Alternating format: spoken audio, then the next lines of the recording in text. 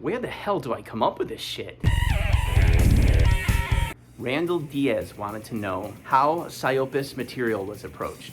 There are many ways that Psyopus material was approached. The key component, the drive that created Psyopus, I think would mostly be described as unyielding obsession. Sounds like a perfume. At any given time, I would generally be working on like one song in my head, right? Mary had a little. I'd be processing it, I'd be playing with my guitar, I'd be thinking about it, I'd be writing things down, and I would just focus on that one song. As I had creative things happen, of course, I would put some block of something here and some block of something over there. But for the most part, I would have one song that I just was focused on, obsessed with. It's all I thought about. Why don't you just answer the phone? And with that song, I would continuously try to solve the problems of how to be satisfied with what you're creating. It could be like, where should this song go? What does this song mean? How can I make this song more interesting? I could think about like a number of different things, like how does the song progress? Or what is wrong with this particular thing? There could be a part I wrote that doesn't particularly go right. There could be something where I'm like, do I change it? Do I manipulate it? Does it just not go right that way? Is that exciting enough? Can I come up with something better? I would just perpetually think about that no matter where I went. There's a song called Anomaly. Some of it I wrote on the guitar. I came up with a cool idea. I would add some cool parts. I used some relative interval theory there. I'd get a couple cool ideas and then I just keep branching out and adding them, and bringing them together. But then I would get to a part where I'm like, okay, what should we do next? I'd be tinkering and I'd be trying to find things and I couldn't think of anything. I remember at one point while I was writing the song Anomaly, I was working at a plastic factory. The machine I was working in was like isolated from everything else in the building and it kind of just left me to be. And I remember sitting there listening to the song in my head up until the part that I didn't know where it was going. And I would listen to it in my head over and over again and try to imagine what I could do. Could this work? Could that work? And until there's this confidence that, you know what? I like that. I think we finally made it. I think that problem has been solved. And I did that for hours on that one song. That was in my head, just hanging out. One of the advantages to keeping the obsession on one song is that you're actually kind of living through the song. I could be working on something and it's in my head. I try this solution and that solution. I have like a list of like different things. I'm thinking maybe this would work. That's not feeling right. That's not working. And you're just kind of like perplexed and you're thinking about it. And then you're in the elevator and you hear some goofy music playing and you're like, didn't even think about that. Now that you're in a new context, and you're thinking about the music, you might take like a different angle and see there's alternatives. While you're driving down the road, you're sitting there thinking of what you can do. And you're like, man, I could do a harmony. I could try some modulation. I could change the timing. Sometimes you just try to feel a different melody or try to come up with some abstract concept and nothing's feeling right. And you work on it for a day or two and you're just throwing ideas. One, the good thing is your brain's developing that muscle for thinking about music. But two, as you're maneuvering your way through life, you're living through the song and you could turn on the radio and a commercial comes up and the guy says something interesting and the way that the individual said whatever it was sounded syncopated in a certain way, and then you're like, okay, I'm looking at this completely wrong. What if at that point we had a vocal thing, the music syncopated with that, and then that was the conduit to the next part of the song? Having that obsession as you're moving through life helps you to like, change the perspective on what you are writing. You could be writing a blast-a-thon song and driving down the road and hearing 70s R&B and feel like, hey, that was a great idea. Or ask yourself, why did they do that? Or go, I noticed they did that. What if I did the opposite of that? Just constantly asking questions, being curious, solving problems. And the great thing about obsessing about the song so much is it gives you time and energy to really microscopically pick and tweak the music and to thoroughly let ideas mature, develop to more complicated, enriching ideas. So I could be working on the song in my head. I could be working on the song while I'm playing guitar. When I'm just listening to other music, answers can come from anywhere at all. You could be listening to someone fighting across the street. All right, we have a guitar just making complete chaos over here, and then it stops, and then I might not have thought of that if I wasn't making this video.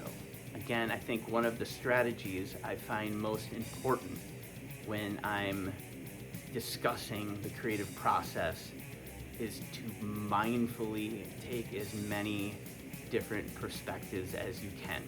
And if you can work on material as you're just modulating through life, so while you're at the cash register, not thinking, but the reflex, take perspective again, maybe the way the cash register just goes, makes you think of a drum fill. And you're like, oh, dude, I'll make the drum set sound like the cash register opening up. Sick. And I would have not thought of that had I not been in the grocery store thinking about music. Listen to other people, listen to other music, read books, make lists of things to think about. I'm big on the idea of dissecting as many variables as you can out of music. Melody, rhythm, register, pitch, how it's listened to, what's the orchestration, is it clean, is it ugly, is it loud, is it quiet, fast, is it slow, is it with distortion, is it with a funk wah, is it light, is it complex? The more perspectives you can expose yourself to, the more potential solutions you have for when you're stuck.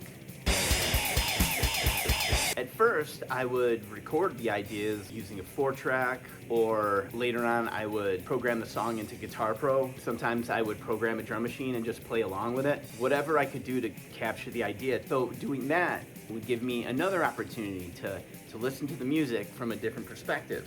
I'm not thinking about it, I'm listening to it. And then I'm thinking, I liked that part. I could have done that this way. What if it happened that way? Blah, blah, blah, blah, blah. If it was on Guitar Pro, I could say, there's that lift, I'm gonna put it here, and I'm gonna repeat that times 7, 6. And then this one, I'm gonna take a 16th note out, squish that to 15/16. Writing in different environments had a big impact on what you would be playing. Writing alone, sitting on your couch watching Spinal Tap, noodling on your guitar while it isn't plugged up, is a different experience than standing in a rehearsal space with your amp tuned to 11, slamming while your buddy is playing drums across the room. Obviously, if you're composing with a band, it is very likely that the material will be different than if you were in deep meditation playing guitar alone. The decision making is different, the energy is different, and the interactions are different. At the same time, while you're playing alone, you can spend hours in deep thought with abstract concepts going deep into your mind. I haven't found that certain levels of creativity only happened when I was by myself thinking about something for an hour or two. If you are playing guitar by yourself, composing alone, you are able to spend hours alone in your mind, just tweaking, specking out the finest details of music that if people were in the room, it would drive everyone nuts waiting for you to come up with these ideas. So more or less, Psyopus was a combination of both of those worlds. There's collaboration, experimentation, analysis, and I think the idea of curiosity, absolute curiosity. Another concept that I think gets overlooked is that a lot of times the song I'm working on will have some thematic spine, whether that is a technique I'm pursuing or a concept I'm trying to express.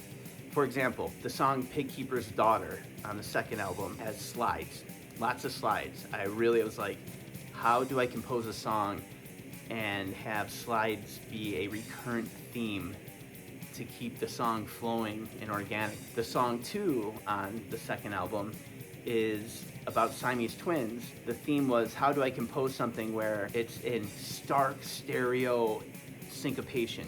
Like, both sides are never doing the same thing at all, like shit like that. The song Insects was my answer to Flight of the Bumblebees on acid, which was just tapping chromatic notes all over the goofball. Quite often when people inquire about Psyopus, they inquire about random chaos and insanity. And I get it. Oddly enough, there usually is a lot more rhyme and reason to what is being heard. Perhaps it's not being communicated as well as I would like it to be. So what might seem chaotic really could be just the answer to some conceptual problem I'm trying to solve, the answer to different arrangement questions I have. So if I was going to summarize the Psyopus approach, I would say I would become obsessed with the song.